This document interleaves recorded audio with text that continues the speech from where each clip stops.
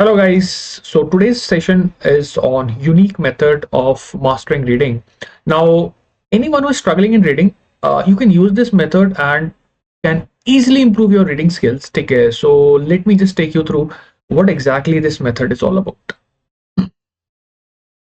Okay, so when I look at reading, okay, let us look at how we normally start our reading journey. ठीक है, तो अभी मुझे लगता है कि मैक्सिमम लोग जो हैं बहुत एक्साइटेड हैं कि यार कैट लिखना है या कोई भी एग्जाम आपको प्रिपेयर करना है तो रीडिंग करनी चाहिए। ठीक है, you start well.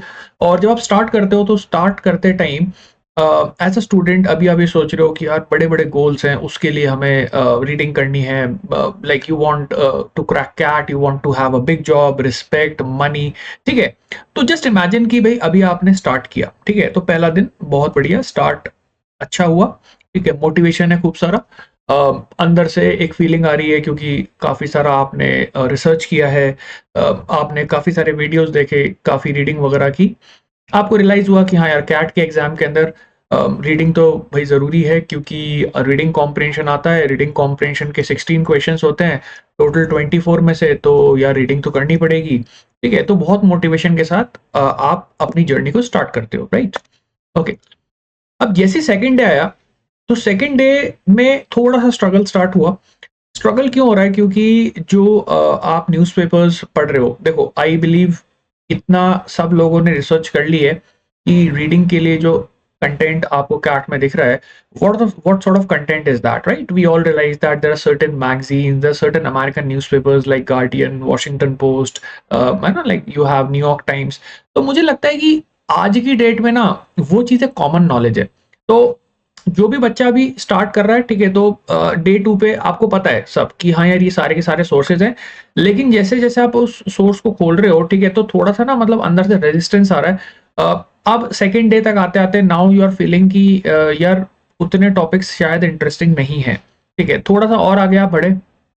Okay, now day second तक you have still managed to read। Day third तक the boredom increases.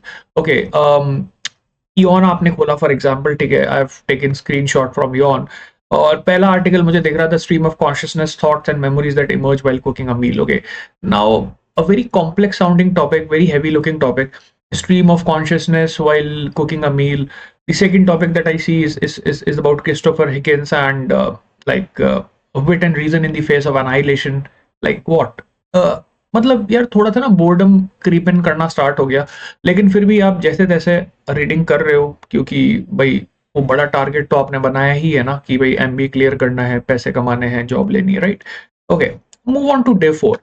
Now day four तक आते आते a lot of us will start slacking. ठीक है, अब ये मैंने सिर्फ एक रैंडम नंबर लिया है, डे फोर। हो सकता है कोई बच्चा डे 10 पे जाके स्लैक करे, कोई बच्चा जाके डे 7 पे स्लैक करे। ओके, स्लैकिंग मीन्स कि अभी आपको लग रहा है कि यार ये ज्यादा टाइम तक ये सस्टेन हो नहीं पाएगा, तो आप धीरे धीरे ना अपने काम की इंटेंसिटी को भी आपने कम कर दिया है। ठीक है, रीडिंग में शायद आपको उतना अभी इंटरेस्ट भी नहीं आ रहा। ओके, है ना, डे फोर तक आते आते मतलब हालत खराब हो रही है। Okay, and then finally day five. Okay, then you start like thinking कि यार ठीक है अभी हो गया, अभी ये तो रीडिंग से तो अच्छा। अभी डे फाइव तक आते आते ना आप जस्टिफिकेशंस भी ढूंढ लोगे कि ये काम क्यों नहीं करने वाला। तो आपका माइंड बोलेगा अरे यार अभी ये एक टॉपिक अभी मैंने रीड किया, इससे तो क्या ही आरसी इंप्रूव हो जाएगा।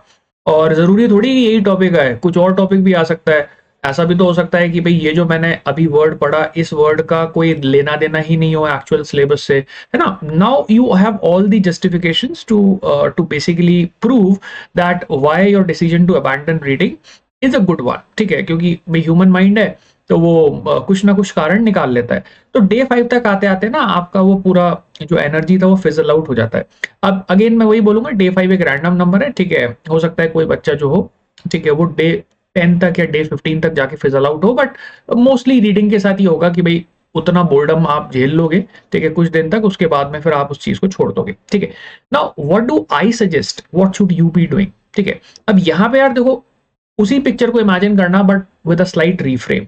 अभी रीफ्रेम में क्या है, रीफ्रेम में अपन प्रॉब्लम को सॉल्यूशन की तरफ ले जाएंगे। ठीक है, अब इसमें जो मैं एक मेन चीज करूंगा वो क्या करूंगा कि जो डे वन है ना, जब मैं रीडिंग स्टार्ट करता हूँ, आई am not gonna be focusing on the big goals. ठीक है, बिकॉज थोड़ा सा मेरे को क्या लगता है कि एक जो कॉमन नैरेटिव है वो ये है कि अगर मैं बहुत बड़े गोल को दिमाग में रखूँगा कि मुझे आईआईएम्स में जाना है या मुझे टॉप 20 स्कूल्स में जाना है, मुझे 25 लाख का सैलरी लेना है, 30 लाख का सैलरी लेना है, तो वो चीज़ बहुत काम करती है। मेरा यहाँ पे ना थोड़ा-सा टेक अलग है। मुझे क्या लगता है, to a lot of us, those big goals, they seem a bit far fetched. तो मैं एक कनेक्शन नहीं देख पाता कि यार ये जो मैं अभी आर्टिकल रीड कर रहा हूँ, इस आर्टिकल का और उस गोल का तो लेना देना क्या है, मतलब like the amount of time and the amount of effort is like enormous. वो ओवरवेलम कर देता है दिमाग ना, वो कनेक्शन नहीं निकाल पाता। यार वो आईएम में जाएंगे तो आईएम में तो इतने सब्जेक्ट पढ़ने पड़ेंगे, तो अभी तो ये सिर्फ एक आर्टिकल ही है, इसका भी पता नहीं कि क्या कोरिलेशन है, right? So I think a better way to think about motivation or interest in whatever you're reading is basically to think about कि यार मैं इस वीक में ना कौन से इंटरेस्टिंग टॉपिक्स पढ़ना चाहता हूँ। अब ना देखो, ये थोड़ा सा रिफ्रेमिंग है। आप ऐसे सोच के देखो, जैसे ना डे वन पे आपने स्टार्ट किया। अब डे वन पे आपने स्टार्ट किया तो डे वन पे यू स्टार्टेड थिंकिंग कि यार क्या टॉपिक्स हैं जो मैं इस वीक के लिए टारगेट करूंगा, ठीक है। अभी डे वन पे जब आप वो फ्रेमिंग करोगे कि क्या क्या टॉपिक्स हैं, तो उसमें मैं एक टॉपिक को एज अ डेमो ले रहा हूँ। The demo topic is human consciousness. अब देखो तुम्हें करना क्या है, तुम्हें ऑलरेडी पता है कि कौन कौन से न्यूज़पेपर्स हैं, कौन कौन सी मैगजीन्स हैं जो इस पॉइंट ऑफ टाइम पे कैट के लिए रिकमेंडेड है। अगर नहीं भी पता तो you can actually go and see my video, the first video I posted, crack RC like a pro. तो उसमें मैंने ना सारी लिस्ट दे रखी है, कौन कौन सी अमेरिकन वेबसाइट्स हैं, ठीक है, ईऑन है, आपका गार्डियन है, ठीक है ना, वॉशिंगटन पोस्ट है, मतलब वो सारी चीजें तुम 10 जगह सुन के आए हो, ठीक है। अब मैं क्या कह रहा हूं कि तुम ना उनमें से डायरेक्टली मत पढ़ो। तुम ना पहले डिसाइड करो कि इस वीक में कौन कौन से इंटरेस्टिंग टॉपिक्स हैं जो तुम टारगेट करना चाहते हो। तो पहला टॉपिक आ गया ह्यूमन कॉन्शियसनेस। मैं एक I am just taking a dummy topic, right now go on the Google and type human consciousness Eon, ठीक है। तो लेट्स से ईऑन से आप पढ़ना है human consciousness Eon. Now you can also type human consciousness guardian, human consciousness Smithsonian, ठीक है, जो भी कॉम्बिनेशन है। तो बड़ा आसान सा चीज है। अब देखो यार, जैसे ही मैंने टाइप किया ना, तो देखो मेरे को ना ह्यूमन कॉन्शियसनेस में ईऑन में कौन कौन से आर्टिकल्स अभी तक पब्लिश हुए हैं वो सारे आ गए। देखो ये लिस्ट आ रही है। Okay, now these guys are connected articles, ठीक है, क्योंकि सब में ह्यूमन कॉन्शियसनेस की ही बात हो रही है। What if consciousness is an illusion created by, how and why did exactly did consciousness become a problem, है ना। तो दिख रहा है कि ये सारे के सारे आर्टिकल्स ह्यूमन कॉन्शियसनेस पे।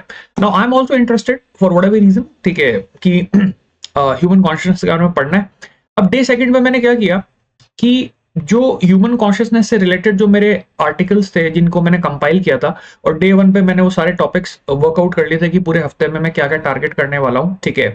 And obviously on day one also you read something, ठीक है, कनेक्टेड। सो डे टू पे मैंने ना उस ह्यूमन कॉन्शियसनेस वाले एंगल के कुछ आर्टिकल्स को मैंने टारगेट करना स्टार्ट किया, ठीक है। Now this is the first article that I read in day second. देखो इसका क्या टॉपिक है, कॉन्शियसनेस इल्यूजन, राइट।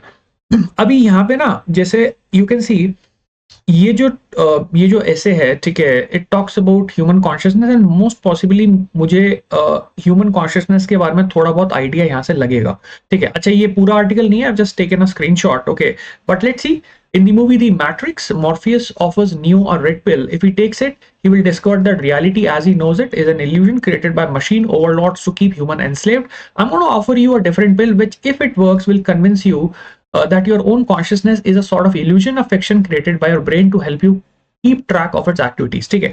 So अभी मुझे समझ में आया कि ऑथर यहाँ पे पैसेज के अंदर या आर्टिकल के अंदर आपको ये बोल रहा है कि ह्यूमन कॉन्शियसनेस तो बेसिकली एक इल्यूजन की तरह होता है, एक फिक्शन होती है जो आपका माइंड जो है वो क्रिएट करके रखता है, ठीक है, so that it can keep track of the activities. Okay, so human consciousness is an illusion, right.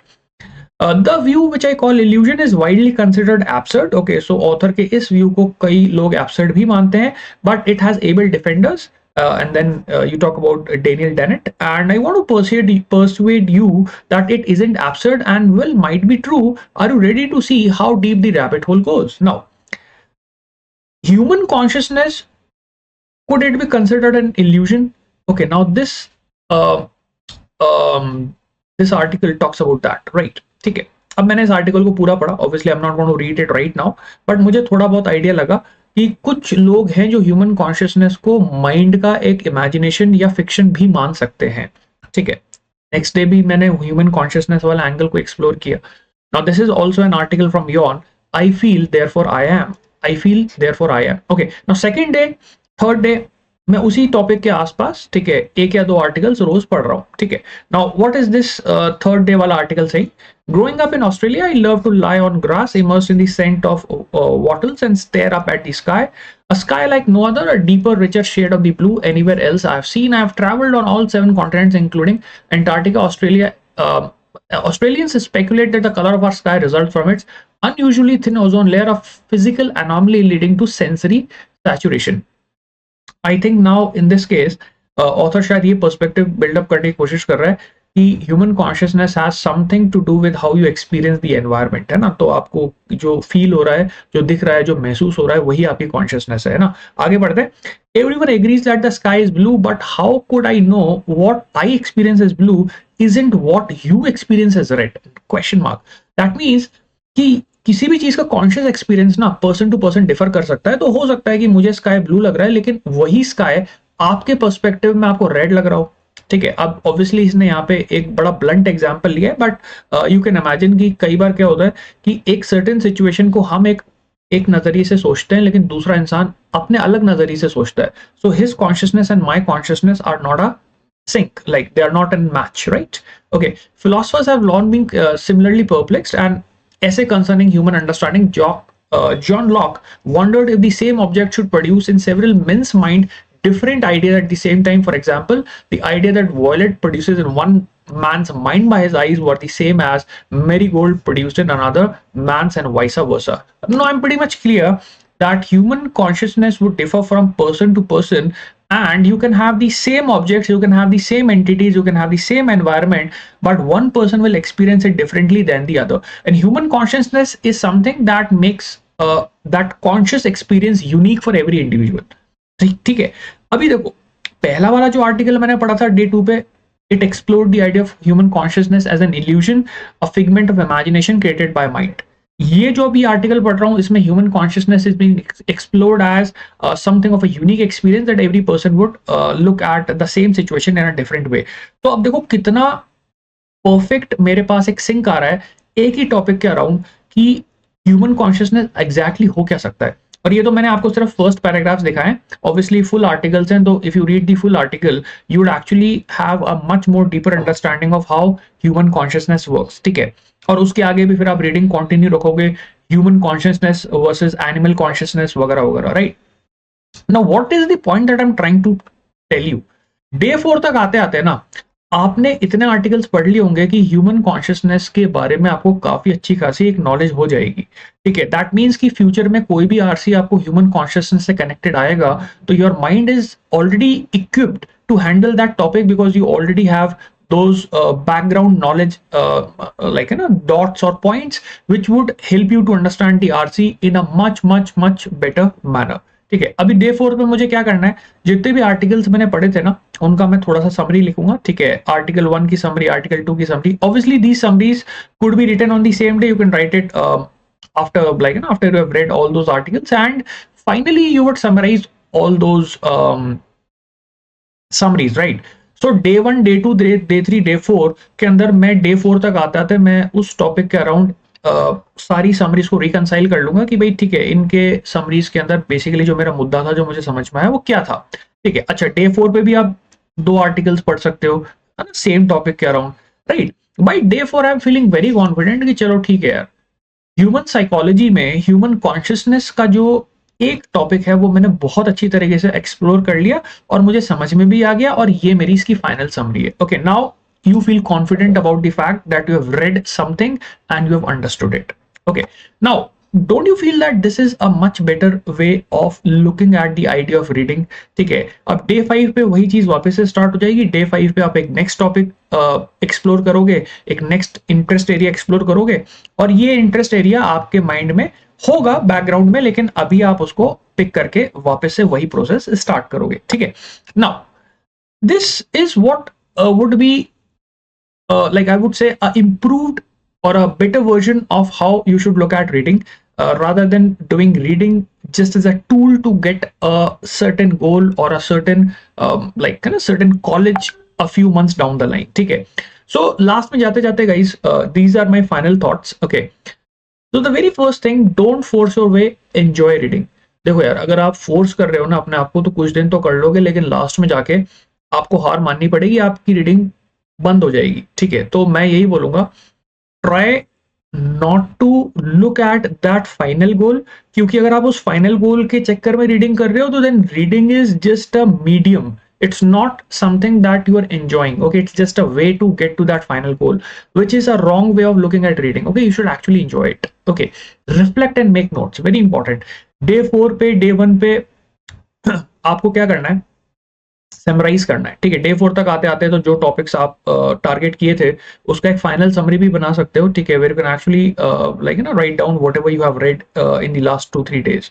And why this making of notes and reflection is important? Because this aids and helps to strengthen your short term memory and your retention skills, ठीक है. क्योंकि जब भी आप है ना अपने mind को फोर्स करोगे कि भाई मुझे उस चीज का समरी लिखना है, तो your mind would be force to recall.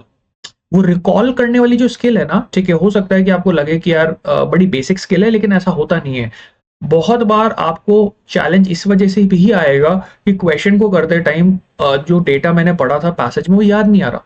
Retention. Okay, so making notes, summarising improves that aspect of your mind. And finally, I would like you people to refer to this video, Crack RC Like a Pro, क्योंकि जो भी मैंने यहाँ पे बात की reading sources की या जो आपकी वेबसाइट्स है, तो वहां पे मैंने एक डिटेल डिस्कशन उस पर किया है कि कौन कौन सी वेबसाइट है जो आप रेफर कर सकते हो, जहां से आप पढ़ सकते हो, ठीक है.